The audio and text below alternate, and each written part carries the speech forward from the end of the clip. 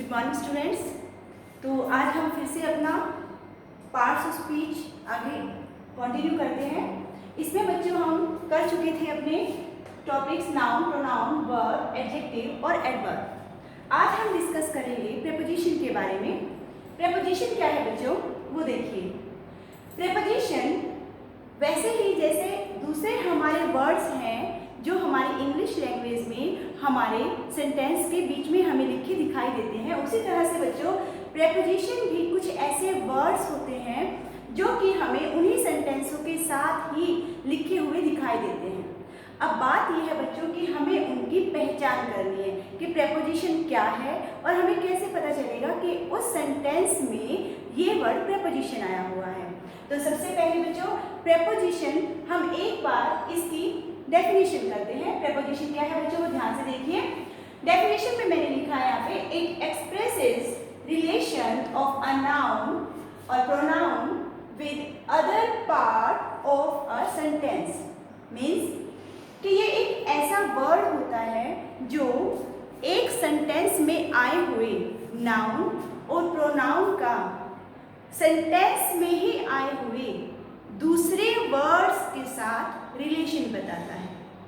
फिर से एक बात बता रही हूँ आपको, प्रीपोजिशन एक ऐसा वर्ड होता है बच्चों जो कि एक सेंटेंस में आए हुए नाउन या प्रोनाउन का सेंटेंस में ही आए हुए दूसरे शब्दों के साथ रिलेशन बताता है। ऐसा शब्द जो होता है वो प्रीपोजिशन होता है। आगे हम उनको एग्जाम्पल के साथ समझेंगे। तो एक बार मैं आपको बता देती हूँ कि प्रीपोजिशन जो वर्ड है बच्चों वो हमें किस तरह के मिलेंगे अपने सेंटेंस के बीच में। हालांकि आपने अभी तक देखे बहुत होंगे, एक बार फिर से हम करते हैं। तो देखिए हमारे पास प्रीपोजिशन के वर्ड्स हैं जैसे in, on, with, to, into, of, between और अमंग। इसी तरह से और भी बहुत से वर्ड्स हैं बच्चों जो कि हमारा प्रीपोजिशन का एक रोल प्ले करते हैं। तो अब प्रीपोजिशन को बच्चों हम यूजेस में देखते हैं कि हम उनको किस तरह से करते हैं और हम एक सेंटेंस में वो कैसे दिखाई पड़ते हैं। तो देखिए बच्चों मैंने यहाँ पर कुछ एग्जाम्पल लिखे हुए हैं। जैसे मैंने लिखा हुआ है the cow is in the shed. गाय अपने शेड में है, अपने छप्पर में है। तो बच्चों हमने जब parts of speech noun, pronoun ये वर्ड किए थे अभी, तो उनमें हमने देखा था उसके अकॉर्डिंग अगर मैं यहाँ पर वर्ड्स को देखते हुए चलूँ तो जो काउ वर्ड है बच्चों ये हमारा यहाँ पर नाउन है। उसके बाद बच्चों इस हमारी यहाँ पर हेल्पिंग वर्ब जो हमारी वर्ब का काम कर रही है यहाँ पर वो है। अब बच्चों यहाँ पर शेड एक गाय का छप्पर होता है बच्चों, और जो गाय का छप्पर है वो भी हम एक नाम ही तो ले रहे हैं कि ये गाय का घर है जिसमें वो रहती है। तो हुआ तो छप्पर, नाम तो हुआ उस चीज का। तो नाम हुआ तो शेड भी क्या हुआ बच्चों, नाउन हुआ। और अभी अभी हमने क्या पढ़ा था अभी डेफिनेशन में कि it expresses relation of a noun और प्रोनाउन। नाउन और प्रोनाउन, नाउन का रिलेशन यहाँ पर हम गाय के साथ दिखा रहे हैं। और किस वर्ड से दिखा रहे हैं, इन से दिखा रहे हैं बच्चों। अभी मैंने बताया था कि कुछ इस तरह के वर्ड्स होंगे जो वो हमारे प्रीपोजिशन होंगे। तो ये वर्ड्स इन्हीं में से एक यहाँ पर आया है, देखो इन। तो ये जो इन वर्ड है बच्चों यही हमारा प्रीपोजिशन है कि, और यहाँ पर देखो ये हमारी शेड है नाउन, और नाउन को कनेक्ट किससे कर रहा है ये, द काउ इज, इस सेंटेंस के इन वर्ड्स के साथ। और ये बता रहा है कि गाय कहाँ पर है, शेड में है। तो एक तरह से अगर हम हिंदी में देखें तो इन यहाँ पर मे को शो कर रहा है। तो इस तरह से बच्चों आप प्रीपोजिशन को ध्यान से देखते हुए यहाँ पर आगे की तरफ बढ़ते जाओगे। The cow is in the shed, इस सेंटेंस में हमारा इन जो है वो प्रीपोजिशन है। उसी तरह से बच्चों जरूरी नहीं है कि हर बार ही प्रीपोजिशन वर्ड जो है वो एक नाउन को दूसरे नाउन के साथ ही रिलेट करें, ऐसा कोई जरूरी नहीं है।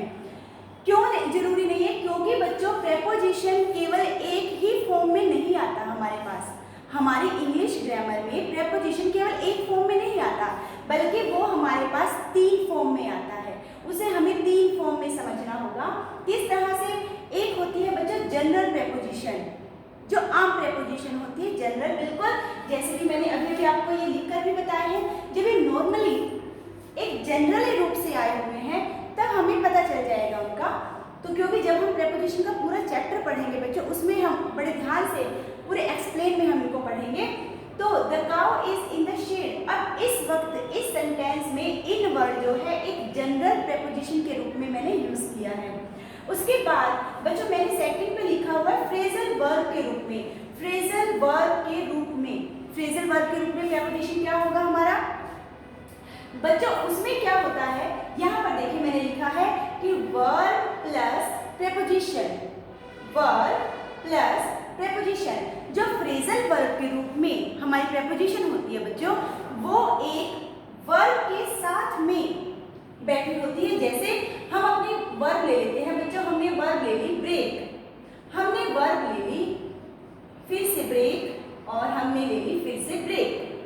अब ये तीनों ही वर्ब तो सेम है, लेकिन बच्चों अगर मैं इनके सामने प्रेपोजिशन अलग अलग बिठा देती हूँ, ब्रेक आउट, ब्रेक डाउन, अगर बच्चों ये प्रेपोजिशन मैंने अलग अलग बिठा दी तो इन पूरे के मीनिंग जो है वो चेंज हो जाएंगे, मीनिंग ही चेंज हो जाएंगे।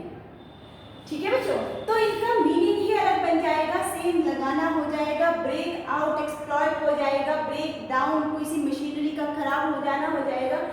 तो इस तरह से बच्चों हमारा जो है break into, break out, break down, जब इस तरह से एक मेन वर्ब के साथ मेन, अब कई बच्चे सोचेंगे मैम वर्ब तो ये भी है, इज भी है, क्या इज के साथ भी इन अगर आता है तो क्या हम उसको भी फ्रेजल वर्ब समझेंगे? नहीं बच्चों, अगर हेल्पिंग वर्ब के साथ आ रहा है प्रेपोजिशन तब हम उसको फ्रेजल वर्ब नहीं समझेंगे।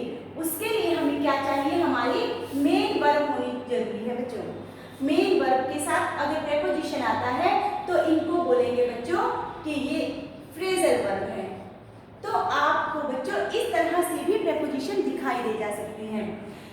उसी तरह से बच्चों तीसरे नंबर पे मैंने बोला है कि word with fix preposition, word with fix preposition, ये बच्चों कुछ ऐसी प्रेपोजिशन होती है जो किन्हीं वर्डों के साथ पहले से ही फिक्स होती है, उनका मीनिंग ही उन्हीं की वजह से बना होता है, उन्हें हम चेंज नहीं कर सकते, ना ही हम उन्हें हटा सकते और ना ही हम उनको बदल सकते हैं बच्चों, क्योंकि वो फिक्स होती है, ग्रामर के तौर पर हमने उनको पहले से ही फिक्स कर रखा है। तो उसी तरह से बच्चों कुछ ऐसी होती है जो वर्ड्स के साथ प्रेपोजिशन होती है, उसका भी मैंने एक एग्जाम्पल आपका यहाँ पर दिया है। जैसे आप सेकेंड एग्जाम्पल को देखिए बच्चों, he is fond of T, he is fond of T. अब बच्चों देखने में हमें ये लग रहा है कि ऑफ अलग है, टी हमारा नाउन है बच्चों, ऑफ टी यानी कि ऑफ जो है टी को जोड़ रहा है इसके साथ, और ये बिल्कुल ठीक भी है बच्चों। एक तरह से देखा जाए तो ऐसा ही तो है। देखिए फॉन्ट जो हमारा क्या है, एडजेक्टिव हुआ, और एडजेक्टिव जो है इस नाउन के साथ कौन जोड़ रहा है, ये ऑफ ही तो जोड़ रहा है।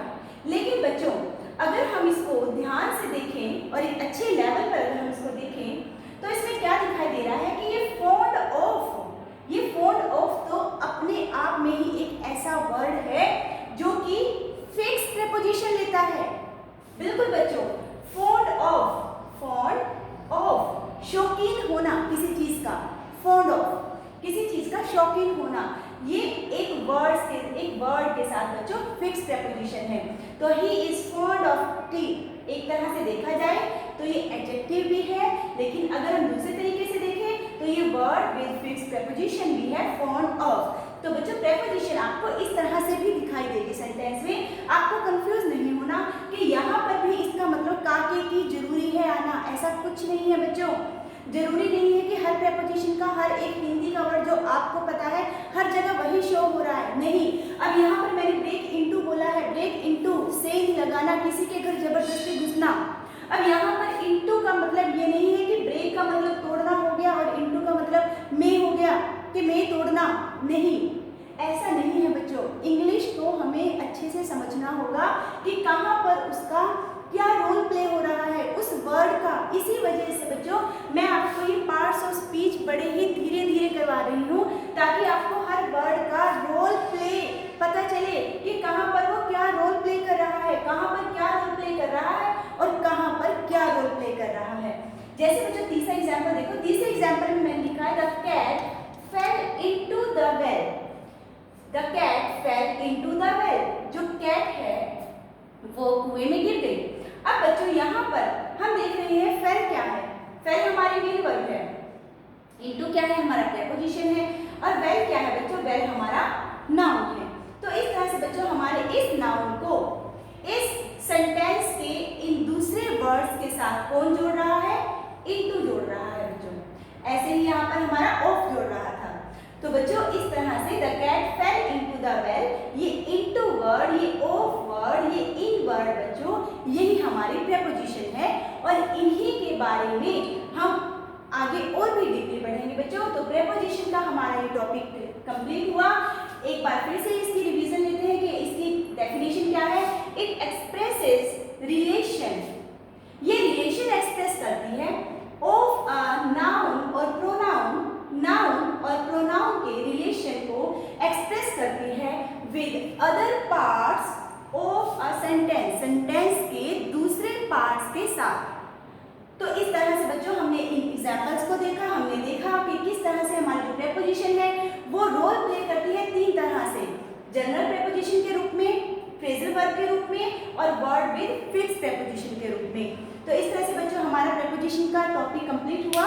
नेक्स्ट हम करेंगे बच्चों कंजंक्शन के बारे में।